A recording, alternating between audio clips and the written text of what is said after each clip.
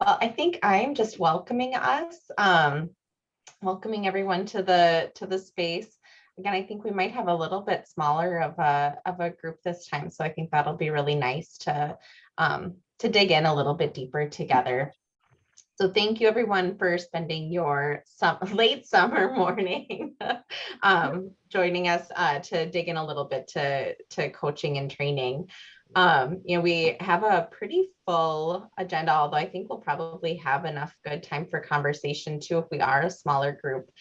To dig into this conversation about culture in our coaching and training work. So this was the #1 requested topic from our last convening. So I'm just excited that we'll be able to kind of think together about how we can do a better job recognizing that culture is an essential element of quality childcare, and really move, I think, into some practical tools about how to support providers to think about the culture of their children, their families, the culture of themselves in their practice and their care.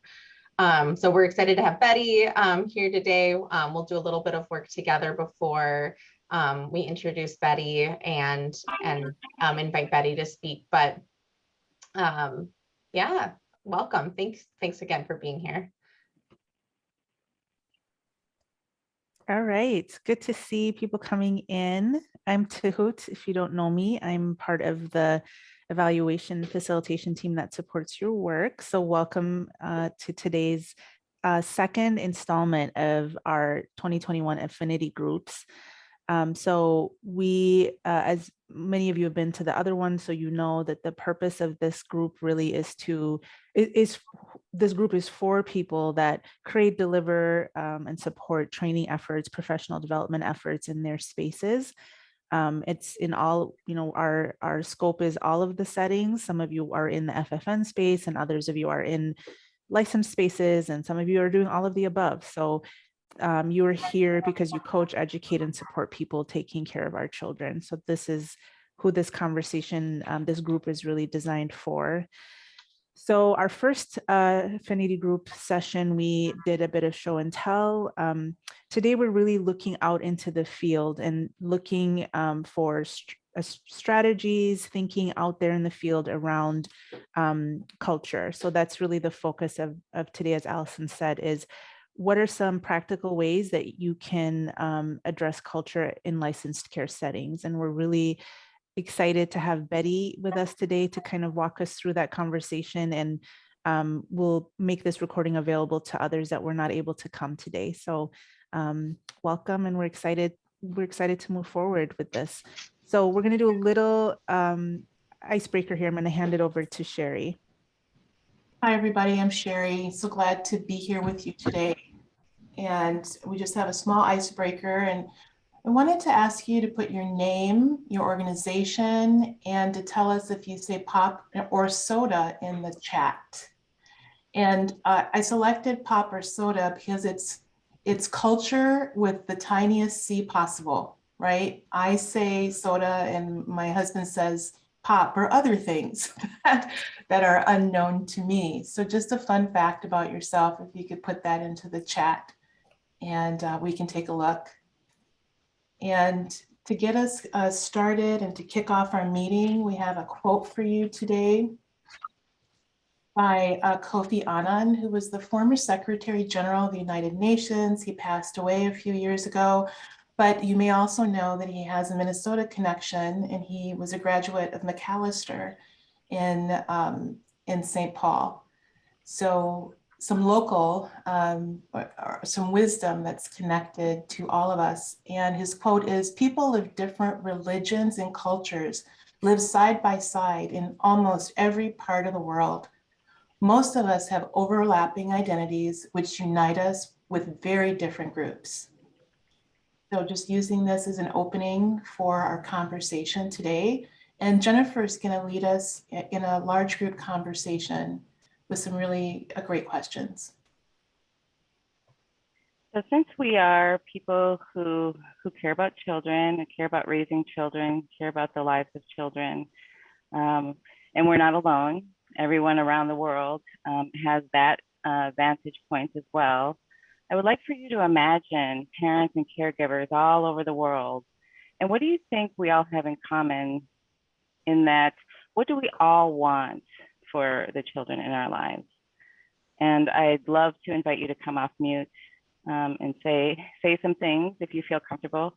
Otherwise, feel free to continue using the chat to record your answers to what do we all want for children in our lives all around the world. Could you imagine if you're not sure? I think all parents, all caregivers, I think we all want our children to be safe and loved. And that shows up in so many different ways, but I think at the root of everything is we want them safe, loved, protected, nurtured. Great, thank you for that. We have Claire saying safe, healthy, and happy children. Thank you. I was thinking healthy and happy, but maybe it's more so we want them to experience joy. Like I just want kids to just feel joyful. Thank you. Thank you for that. We have Bonita to feel safe, secure in a learning environment, etc. Diana says safe, empowered, and motivated. Claire says yes to joy. Awesome. I think families, parents also want their children to have better than what they had. They want them to have better experiences to make the world better than what they experienced. Yes, thanks.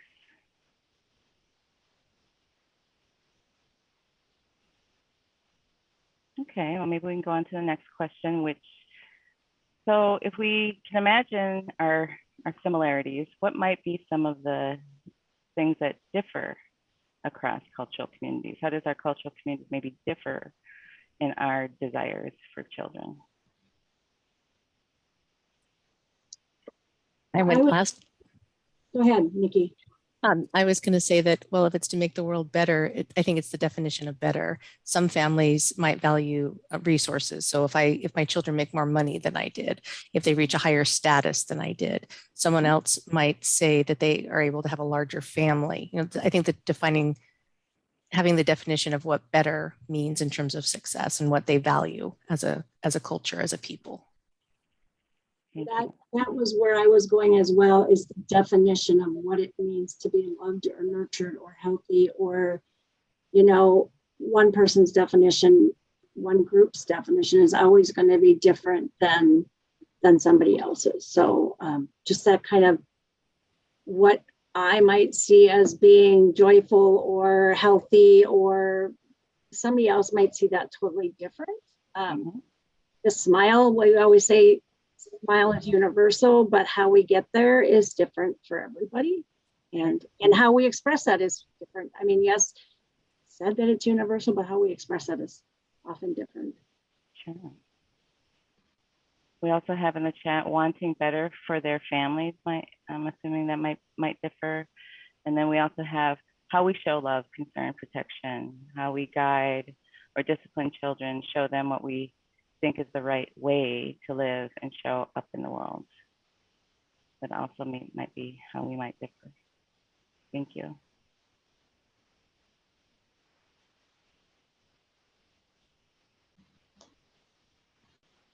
Okay. So as you think about your role in supporting childcare providers, what are some of the big challenges you see playing out in these early learning, early childhood settings as they relate to culture? What are you noticing as maybe some of the differences in values or differences in what people are expecting?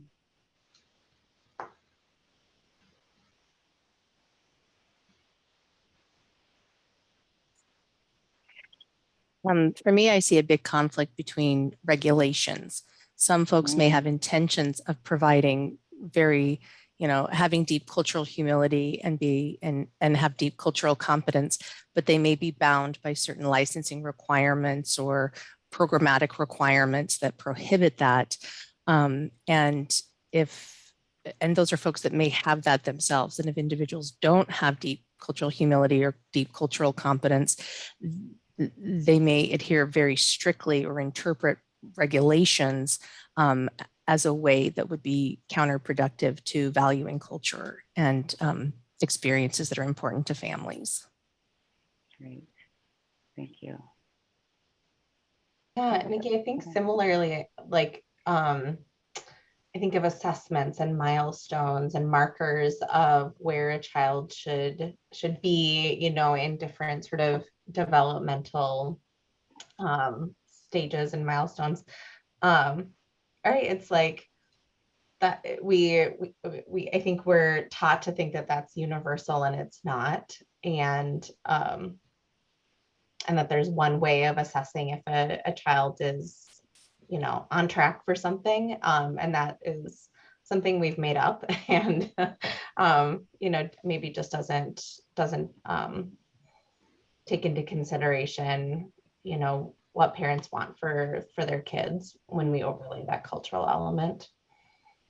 I would agree with that, Allison. Just thinking about over the years, how, you know, there's this assumption that, oh, all kids should be independent and we should do this and we should do that. And that's not always culturally relevant. I remember the years working in my Migrant Head Start program where we would go through the advanced screening and they would show pictures, and the pictures were old anyway, like a, you know, 1970s refrigerator or certain things. And there was one answer for it. So like if you had a cup, you had to say cup, right? And you drink from it. And I could go back to my poverty years, and that cup was used as a measuring cup, as a coffee cup, as a cup to rinse the shampoo out of your hair. And so whatever children are seeing in their home might be totally different than what the intent was. But if they didn't say exactly what was on that screening tool, then they were supposedly, you know, they didn't get that point. And that used to just bother me so much. And there's so many of those types of screens that are out there that don't take in, they're just so subjective that you can't even, you know, like to me, it was like some of the answers that came up were very creative, you know, or how people referred to the females in their house or things like that, where, you know, they're supposed to say mother, but the mother figure in their house is maybe not a mother, maybe it's grandma, maybe it's, and so all of that was just always very subjective to me. And I think that's pretty common across licensing rules and assessment tools and all of that. Thanks for sharing that.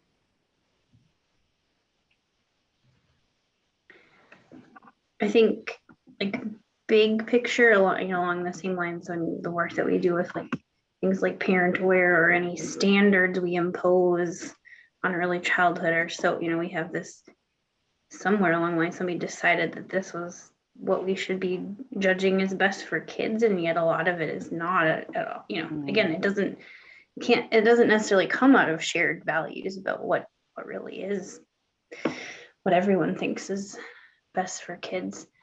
And I don't know if this is slightly off topic, but I think too some of the, maybe it doesn't pertain exactly to our grant work with Blue Cross Blue Shield, but in rural Minnesota, a lot of what we see too is that people, they want to see culture just as like a race thing, and then as such, then they don't think about how we can be learning about varieties, you know, all of the many ways culture shows up as a way to just be more appreciative of culture. Because when you have a fairly homogenous population, they just think, well, this doesn't apply.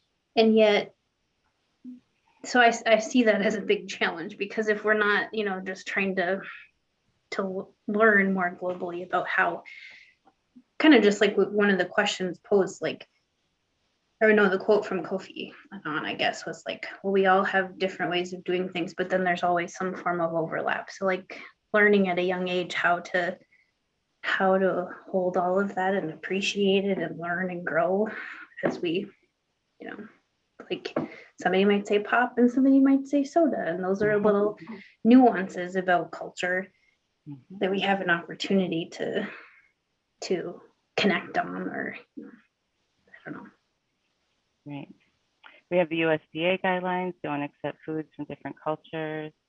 And exactly, Maria, this reminds me of the book What if all kids are white? If it's not race, what else could culture be? So, well, good luck. You've come to the right place to have a conversation about culture in early learning settings. And so I'm going to turn it over to Allison to introduce our guest presenter for today. Thank you. Thank you for the conversation. It was rich.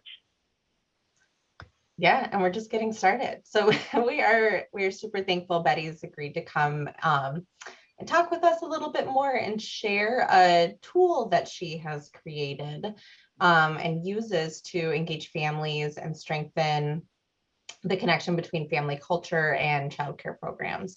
I know many of you are probably familiar with Betty and the legacy of her work in the early childhood space, but for those of you that haven't worked with Betty before, I just wanted to spend a minute to introduce her to the group. She is the president and founder of Development and Training, Inc.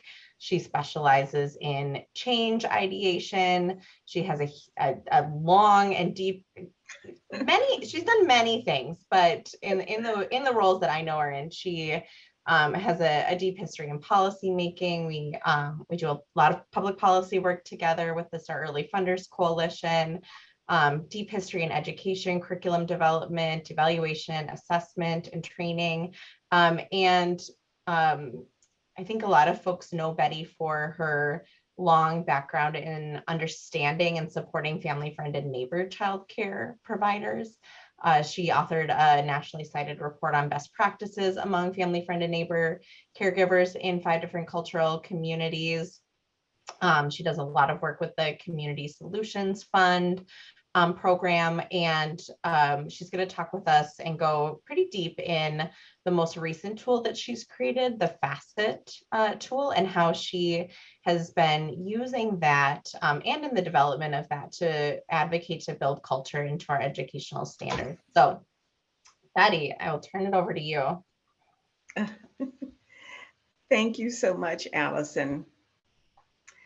Hello, everybody. Again, I am really so pleased to be able to talk with you all today. I have such respect for the work that you do. It's not easy work, and you are the bridge between sometimes frustrating regulations and modalities and realities on the ground. So I really appreciate the work that you all do. It's like really, really important work. And it was, it just brought back so many memories when I was hearing, your thoughts about some of the challenges and some of your reflections around culture.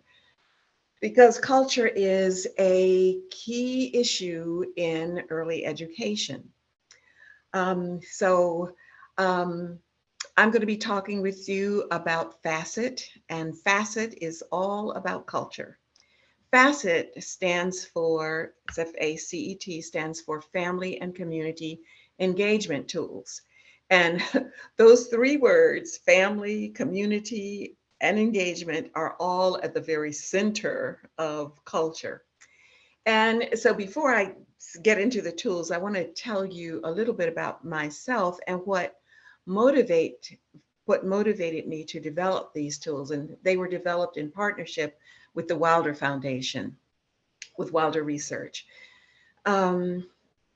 Whenever you say the words measure, survey, data, either one of those words, everybody's first impulse is to go to sleep or to leave the room.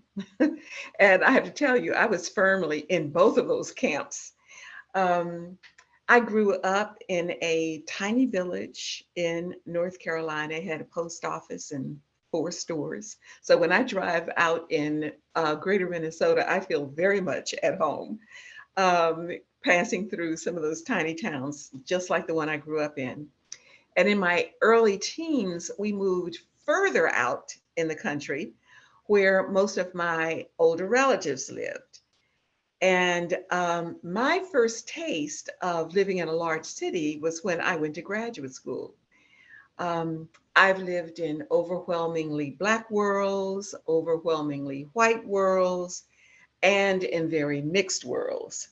And I also know what it feels like when you don't speak the language, like when you get off the plane and all of a sudden you become a totally dependent person, like a 3-year-old, and you have to count on relatives, friends, and people who love you to guide you through processes and situations that you are totally unfamiliar with. So I know firsthand that there are many different ways of knowing.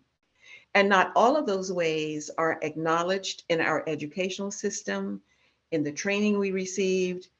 A lot of them are not even described in the books that we read. So for well over 20 years, I have worked primarily as a consultant to foundations, mostly national foundations, including the W.K. Kellogg Foundation, Annie E. Casey, and Ford. And I worked primarily on multi-state, multi-year initiatives related to economic development and early education. And, childcare has a foot in both of those worlds because they are small businesses. I've also worked with regional and state foundations as well as state agencies, including those in Minnesota.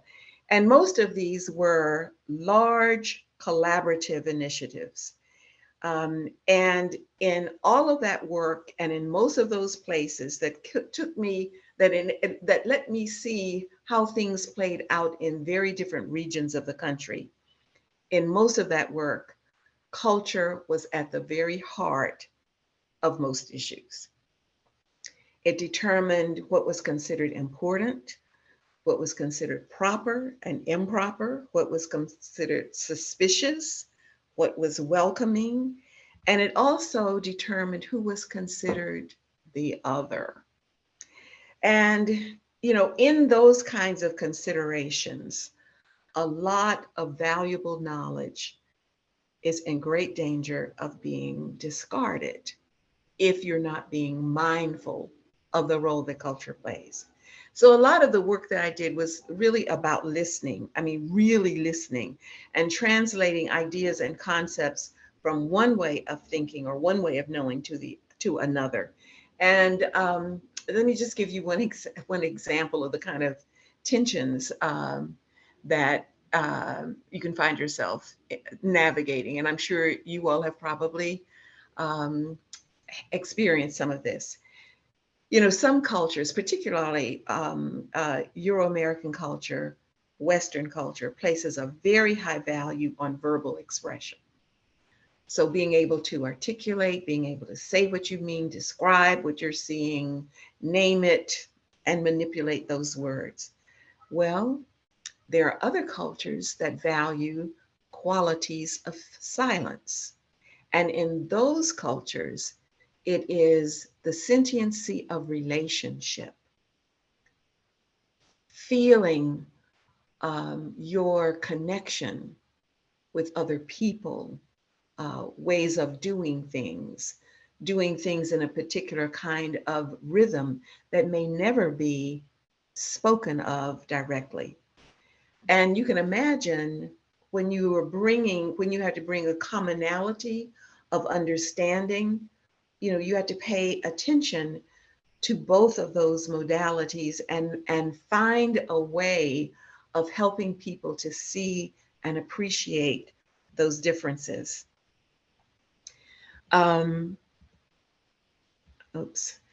So we are all deeply enmeshed in our various cultures. Oh, I'm sorry, next slide, I forgot. I can't see you guys. I have to imagine your beautiful faces as I'm talking, but we need to go to the next slide, family and community knowledge systems. So our cultures, one way that they are expressed is through family and community knowledge systems. And we are introduced to these systems very, very early in our life. And they are both the formal and the informal ways in which children learn in their home and community environments. And this is these knowledge systems are the oldest and the most powerful systems that human beings have developed. And we are deeply enmeshed in these systems, and they are so big and so powerful that a lot of times they are invisible to us. It's like, water being invisible to fish, air being invisible to us as we breathe, because we are so dependent and breathing constantly. And just to kind of get a further handle on what that looks like, think of something that you learned in your childhood, not in school as a formal lesson, but something that you learned, you observed, that you participated in, that has shaped you and you have carried throughout your life. So I want to hear just a couple of examples. It could be something that you learned that was either positive, this is something that you should always keep in mind, or it could be something negative, this is something you should always avoid. So just if a couple of people could just give an example of that. And you'll just have to speak up because I can't see you guys. I see Tahu put in the chat, loyalty to family and community. That is a big one. That is a big, and you know what? And that loyalty piece, how that operates, how that feels, what that looks like, that is a foundational piece of family, of community, of the kind of help you receive at different junctures in your life. Because especially for people who are in situations where there may not be a social safety net, there may not be a formal way of getting from point A to point B, or getting an opportunity to do something or to be something. So that's like that kind of loyalty where you get past just through the relationships that you have, from one positive situation to the next positive situation or the next opportunity. That's a great example. Any other? One more? Yeah, we've got a couple in the chat. We've got yes, being family oriented from Leslie. Claire agrees, family and community first. It's not about me. And then Deanna said, when the going gets tough, the tough gets going. Grew up hearing that. That is, these are great ones. These are great ones. And, when and they get to be such a part of your fiber. And the thing is that you also recognize it when you see it in other people, and they recognize it when they see it in you. And sometimes people refer to this as home training, or, they recognize people who are really steeped in their family and community and cultural values. So it's something like that we recognize, and things that even if we don't speak of, they play a huge role in our lives. And the interesting thing about this to me is that these lessons are passed both formally and informally. So within our communities, outside of like formal educational structures, a lot of times they can be passed through church, through community-based organizations, through clubs, through various community activities, through sports, or informally, just kind of listening and observing and living life. And these lessons are more powerful than anything that you may formally learn. Not that your formal learning is unimportant, but I just want to point out the pervasive power of family and community knowledge systems, and that these systems are the primary carriers of our cultures. And recognizing and understanding them is becoming increasingly important, because not only is our country becoming more diverse, but as a globe, as a world body, we're beginning to interact more and more with people who are very different from ourselves. As we speak today in Minnesota, 1/3 of the 0 to 4 population is composed of children who are Black, Indigenous, and children of color, BIPOC. So it's, and when you think about what young people are exposed to through social media, I mean, it is just a very different and rich world. So the survey tools, FaCET was developed to give providers and parents tools and information through which they could more effectively interact with these family and community knowledge systems and improve the experiences of parents, children, and staff.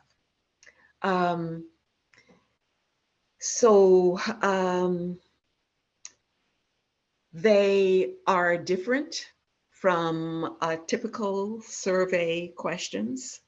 They provide a platform for data-informed discussions between parents and staff in order to make program improvements that will benefit all. They are also designed to provide information at different levels. So at the program level, the local level, state, and also to policymakers. And FaCET, in that regard, is a process. There are two tools, two survey tools, one for parents and one for program staff. Each group is surveyed separately. Survey results and a summary are then brought back and shared with both groups together in a facilitated conversation. The survey summary doesn't make any recommendations. Instead, it points out patterns. Here's where there was a lot of agreement between parents and staff. They were all saying the same kinds of things. Or here's where parents were saying one thing and staff was saying another thing. Or here is where responses were divergent and all over the place with both parents and staff. And the summary also includes suggested questions to discuss and ask the participants, how would you like to use this data in order to improve this program? So these tend to be very rich conversations, really informative conversations, because for the most part, there are seldom opportunities for parents and staff to talk together as peers. I mean, most often parents are running in because they've got busy days, they're grabbing children and taking off again. And for the most part, staff, I mean, there's so much work to be done, so many different responsibilities, so many things that you have to keep track of. There's very little time to sit back and reflect on these larger issues, let alone have conversations about them. So how the tools were developed, we convened community dialogues in 9 different cultural communities across the state. Hmong, Ojibwe, German, Swedish, Somali, Irish, Latino, African American, and Norwegian. We got everybody. And it was very important to us that people have extremely frank conversations, that they will be comfortable in the setting, and that they are not biting their tongues, that they feel like they can say whatever the reality of their experiences have been. And given that, it was very fascinating to us that there were 3 overarching themes that emerged from those dialogues. And these are the themes around which the survey questions were developed. And incidentally, it seems to me that some of the things that you all mentioned this morning around issues around culture that people were dealing with, that they also related back, many of them related back to these same themes. So across all of those different groups, these 3 things: families wanted their children to be good human beings, to have good characters. They wanted their children to have a positive sense of themselves and to be resilient. And they wanted their children to be able to appreciate, to understand, and interact effectively with their social networks and with the institutions that are an integral part of their communities. And when you think about this, these three things, they represent lifelong assets that you can draw upon, that can be important to you at every stage of your life. They transcend any particular formal course. They're all about who you are as a person, the grit and determination that you have, and the community resources around you and available to you.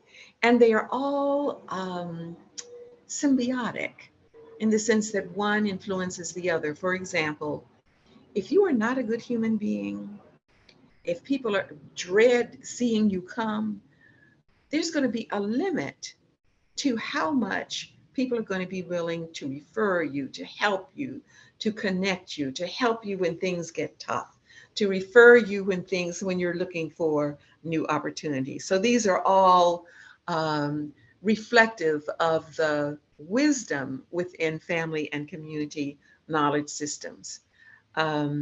Next slide. And I can't, are we at the, I might have forgotten to say next slide. Are we moving from the overarching themes to the Yes. next slide? Yep, with the multicolored. Yep. Yes, great. So there are 3 levels of engagement that most programs operate on. There's the logistical level, which is about when, where, what kinds of activities could attract parents, using appropriate language and culture relevant curriculum. And then a second level is involving parents in learning activities at home and supporting them as advocates for their children. And then there's a third, deeper level that's about connecting with parents and supporting them in their parenting role, respecting them for their knowledge and experience, and making them integral to program design and the decisions that have to be made within programs, and joining families at the level of affirming their cultural identities and respecting their honesty, their integrity, lifting those up, lifting the things up that are important to maintaining the glue of their communities. So I'm just curious, of these 3 levels as coaches, what are you guys seeing? Where are you seeing most programs operate?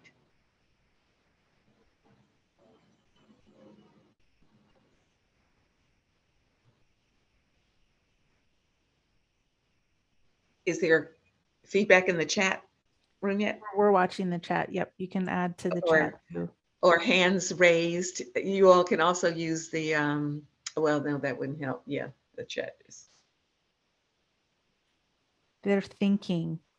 I will go ahead and just say that in many cases, I mean, part of Parent Aware, when we work with people in Parent Aware, is family engagement. I would say they're more often than not at a beginning stage where they're maybe offering information about resources. I think there's still, with many of our programs, a lot of work to be done around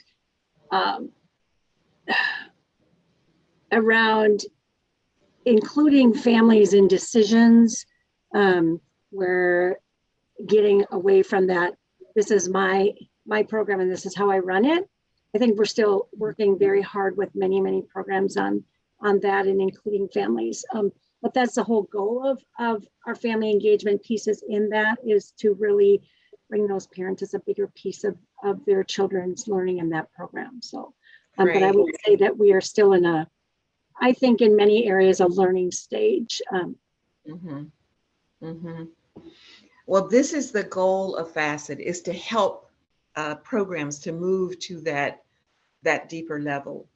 And I mean, it's a complex environment. It's a complicated issue because it will play out differently in different programs. It will play out differently in programs that are culturally specific and in programs that are very diverse. And those culturally specific programs could be programs that are overwhelmingly white or overwhelmingly Latino or overwhelmingly Black. So, you know, it's going to mean different things to different programs in terms of the kinds of things that they actually do. And FaCET is designed to engage both families and program staff in such a way that they can create a roadmap that works for everybody, that they can surface the issues that are important to everybody, which may vary completely from program to program. Betty, we had a couple comments, and Leslie, I saw your hand go up. Do you want to share what you wanted to say in response to Betty's question? Yeah, Laura Garcia, she had commented, and I wanted to base off of hers with Parent Child Plus. The majority of the families we work with are Latinx, and we have staff that are bilingual.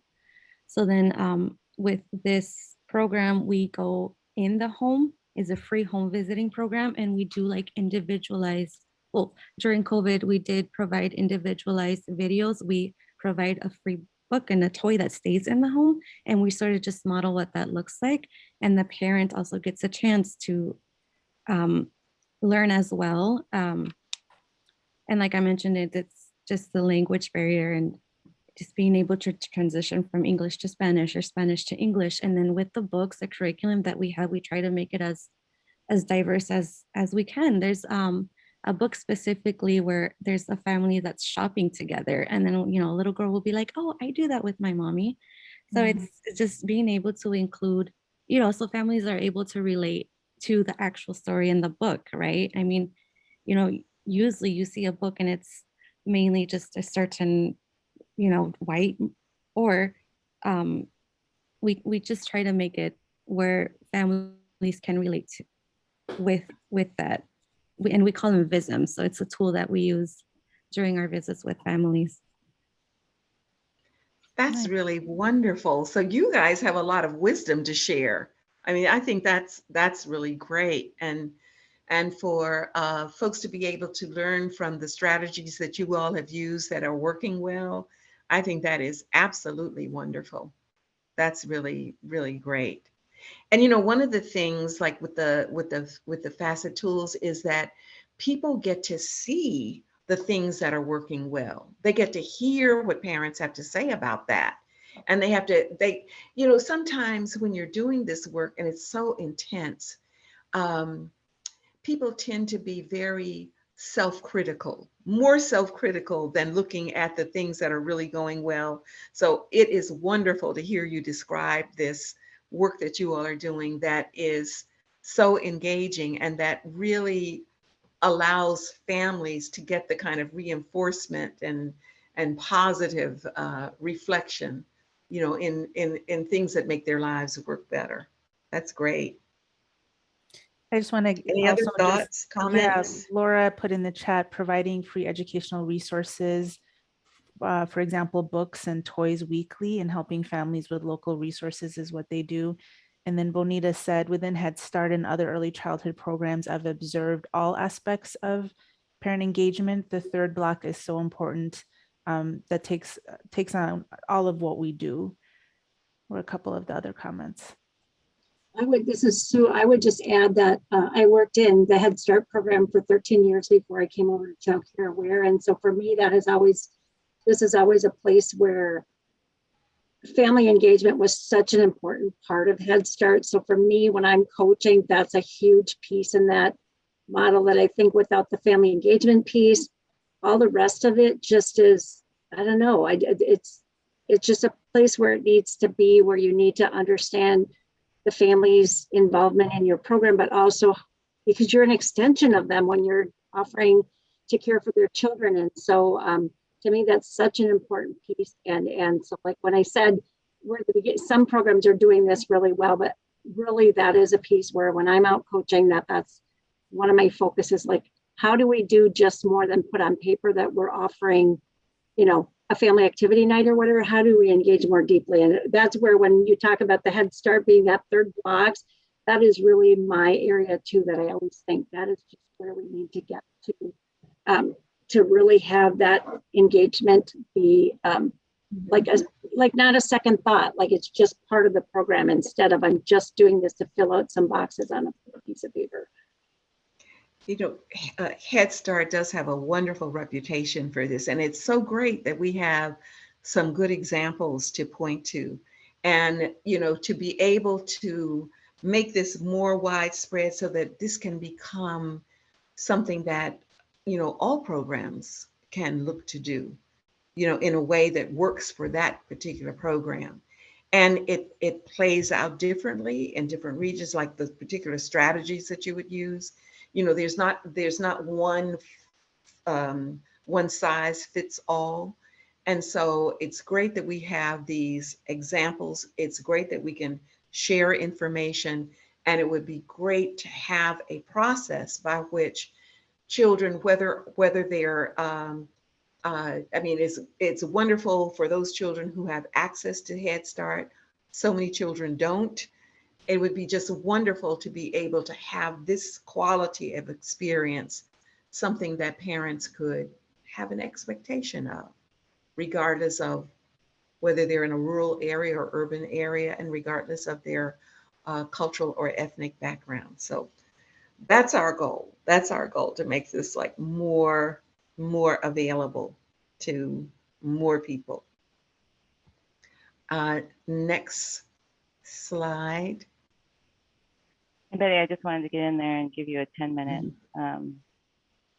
countdown, or oh, thank you. know. I better move right along here.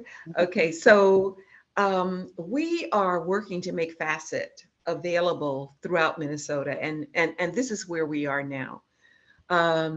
The Minnesota Department of Human Services recognizes FaCET as one of two tools that child care programs can use to earn quality rating points for Parent Aware.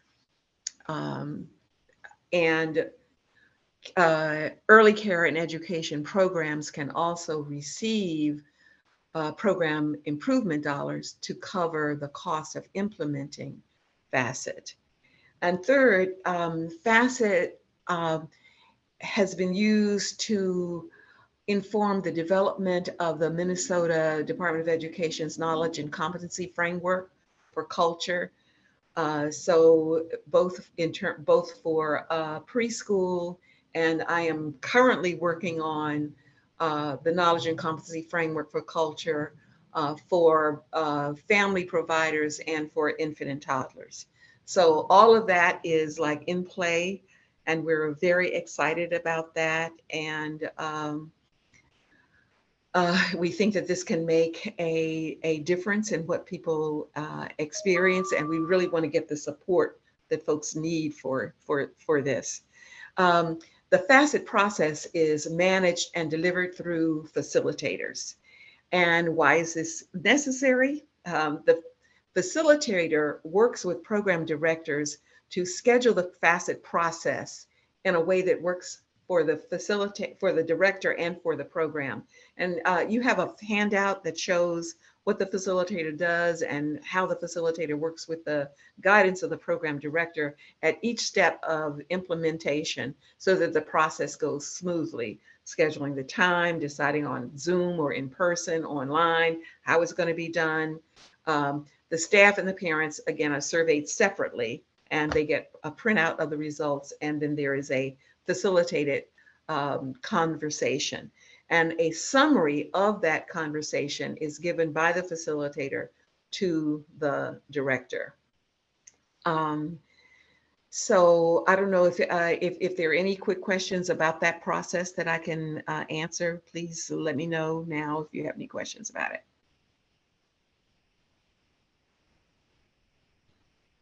Oh, let me say one other thing. FaCET is, frankness is very important to the process. And so the participants are not identified And the database is at Wilder, not at a state agency. And we think this is important because a lot of families feel very insecure about answering questions that are in a public government controlled database. FaCET is not, and so we have crossed that hurdle. Were there any questions about any of this? I'm not seeing any. I'm not seeing Okay, any. moving to the next one. So we train and certify facilitators to administer FaCET. And our goal is to have 25 facilitators across the state in each region. There are 5 regions that we're looking at. These people will know the region, they will know the issues in the region, and to be able to have data-informed facilitation of these conversations with a diverse group. We're looking for people who are entrepreneurial, who are active and comfortable in working with diverse groups of people. So if you know any folks like that, you can refer them, or you yourself may be interested in that, so we can talk about this. FaCET is very different from most surveys. We want a different quality of information and of interaction. And we want all the participants to be partners as peers in the process. And we want it to be usable information. So the questions are not at the 3rd grade level. They are complex. They're ugly. They're complex questions. You look at it and say, oh God, why is that question worded in that way? Well, we've tested this out a lot of ways, and we need participants to see themselves reflected in the questions and to engage. And so that's why the questions are as they are. And you'll get a chance, an opportunity to interact with those questions in the next segment. And so I hope that you will not get distracted by the wording of the questions, and instead just focus on the intent of the question, the task that you are given. One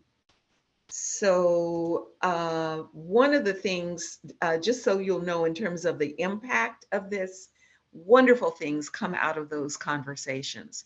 For example, in one discussion, one of the parents said to the staff, you know, I never realized before that we are co-parenting. We are co-parenting. So I need to really know what you're doing, and you need to know what I'm doing. And so that was a real aha for that group. In another group, the program staff and director were so excited by some of the things that the parents were saying that they actually set up a little fund to support, to fund some of the ideas that the parents came up with. So I thought that was pretty remarkable. And in a third program, one of the parents said, well, you know, we just didn't know that staff was working so hard. You all are doing way too much stuff. And some of us are on MFIP, and we have to volunteer a certain number of hours. We could volunteer with you guys if we knew what you needed done. So, I mean, it's really remarkable the kinds of very practical things that come out of these conversations that people can put to immediate use. In our database now, we have like over 800 responses. So, you know, we're making progress, and we think it would be really exciting to have programs all over the state being able to use these questions and to make these improvements and to have a collective voice. We think that would be a really great thing. So I don't know if you have any questions. I'm just mindful of the time. If you can get in touch with me, just give me a call or shoot me an email if you have any questions or you know, following this presentation. And I will look forward to hearing from you all. I hope that this was useful information. And now I am passing this over. I think you'll get a chance to interact with some of the questions now. Great. Thank you, Betty. I just wish I could spend the rest of the day with you, actually. So I'm just so intrigued, and I so much appreciate you bringing in your own personal experiences. And I can see how your life experiences shaped the important work that you're doing. So thank you so much for that. Thanks. So I'd like to just welcome some folks that I saw some folks come in later. Welcome. Glad that you could make it. Betty gave this presentation to us on the FaCET tool. And one of the things that we know that you would like to do is to spend some time together. And we've crafted a conversation for you to go more deeper into the FaCET tool. Betty talked about there was a tool for parents and a tool for staff. We're going to be focusing on the tool for staff. And we're going to break into 3 groups and take a look at the FaCET tool questions. There's 15 questions, and they're grouped into 3 focus areas. And each group is going to talk about one of the focus areas. The 3 areas are building character and integrity in children, helping a child develop a sense of self-worth, and understanding and valuing community. So we've prepared some worksheets for you, and you can look into the chat, and there's a link to Google Drive. We put the 3 worksheets in that folder and all the materials from today. So you might want to take a look at some of those things even after you leave today. So there's a document that says group 1, group 2, and group 3. And when you're broken into groups, the way that you'll know which group you're in is a little pop-up box is going to come, and it's going to say which group you're in, and then you're going to select it to go into that group. So just watch that box, and when you go in, you'll know what group you're in, and then you can select that worksheet from the Google Drive.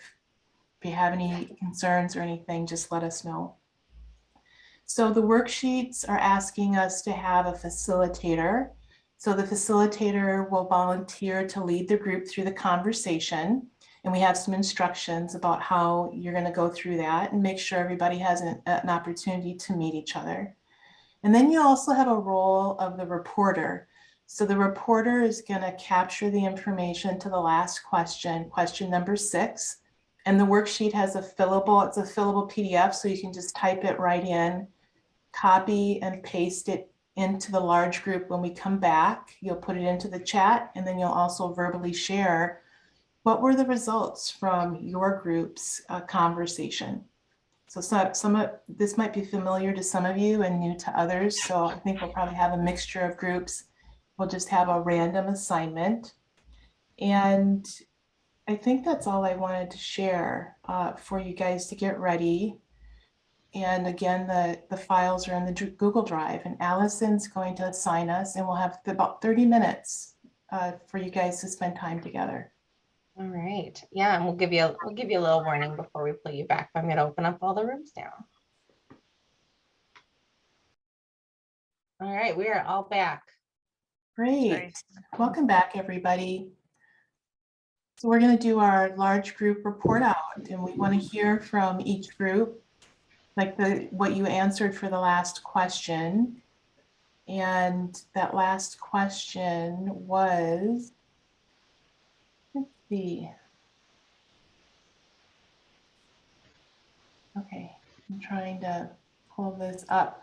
How does the FaCET process make it possible for improving cultural adaptations in early childhood programs? And if you can just put your information in the chat and then speak to what your group came up with. And we'll go ahead and start with Ariel. Hi, yeah, so our small group of 2, we talked a lot about just how much depth and meaning and purpose it gives to the implementation of, we were just thinking about the knowledge and competency framework and the new pieces that are coming out, Betty, that you've done, and how sites are wondering, well, how do we deepen that knowledge and how do we really implement? And so this was feeling like the how to taking next steps in that process and supporting families' culture and giving more tangible ways to do that.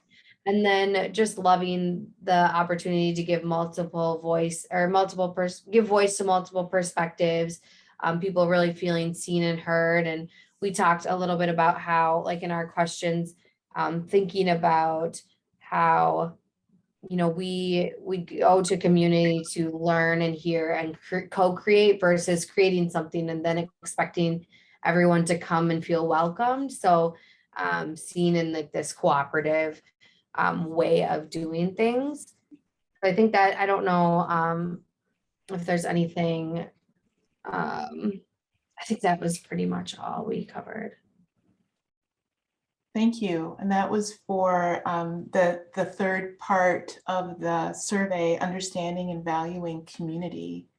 Thank you for sharing. And which group is next? Group 1 or 2?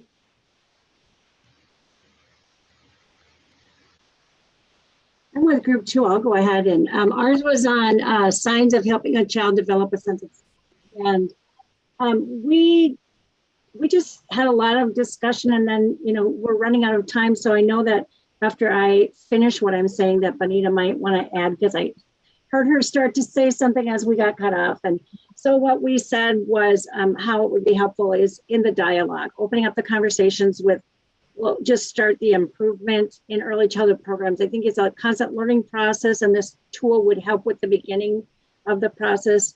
It is when we, just to say more what we mean by that, the opening of the dialogue. So often you go to a training to learn about agriculture or something like that, and then you think you know everything about that. And dialogue is just so much more important, because not only do you learn about some basics among maybe a group that you're working with, but then you also learn about the individual family pieces of that, and that we're not, you know, you can't just broadly say this is Somali, this is in the Somali culture, because yes, some of these things are familiar, but then there's smaller groups. You have to learn and you have to dialogue. And Bonita, were you adding something at the end, and then we kind of got cut off? Did you have something more to add to that? Just like the wording, you know, it just makes you think, like the wording connected, intriguing, challenging, meaningful. When you're reading those questions, it just gives you like it just takes your mind somewhere else. Like, what is meaningful to you when you're talking about having working knowledge about cultural or social supportive organizations? It just allows you to dig deeper. I love it. Thank you, group 2. So group 1, Nikki, were you speaking for the first group? I was. Building character and integrity. So it allows us to use our values and mission to look for where common ground exists and where there's intersection with culture. It gives us a framework for co-creating appropriate adaptations that support and maintain mutual respect.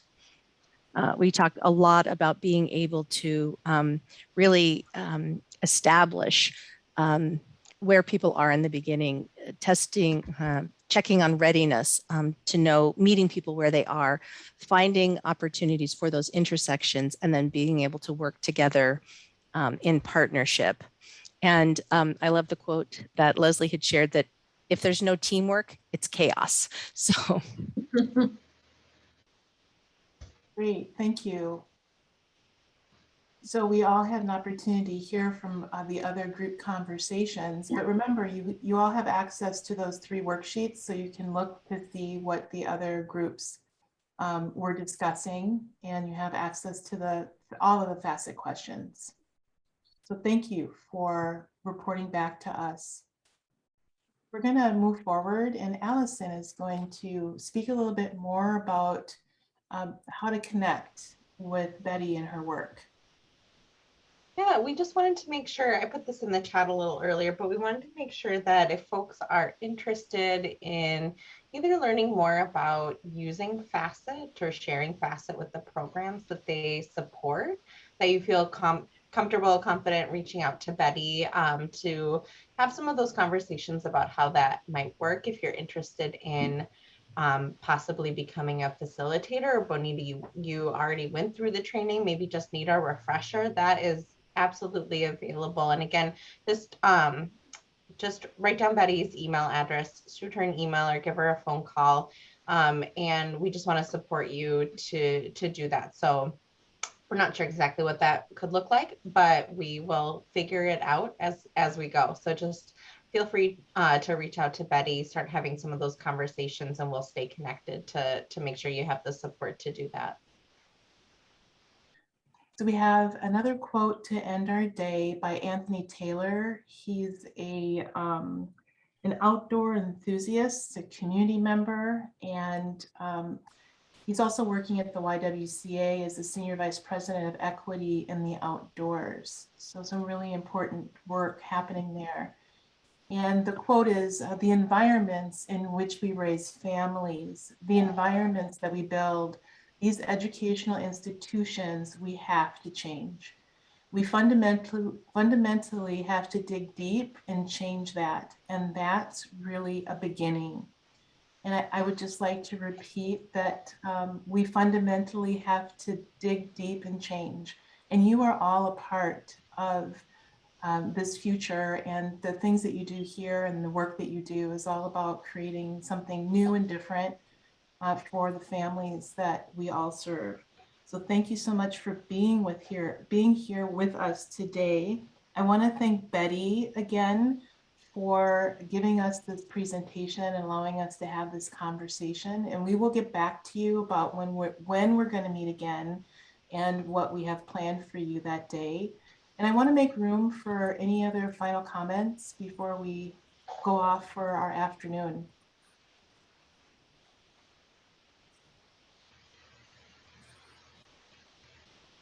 Just want to say thank you for this opportunity. And just for me, this is always a light in my month when I say, oh, I've got a Blue Cross Blue Shield convening, because there's just such a nice group of people coming from all different areas. And it's not just the same people that we work with all of the time on a specific thing. And so it always just, I don't know, it gives me a lift every time, no matter what the topic is. It's always a lift to hear from so many different people who are so engaged in doing this work, and just getting new ideas and seeing what's happening and being connected to early childhood in so many different ways across the state. Mm-hmm. Thank you. And in the chat, thank you so much, Betty. Great conversations. Thanks. Thank you. It was a pleasure to be here.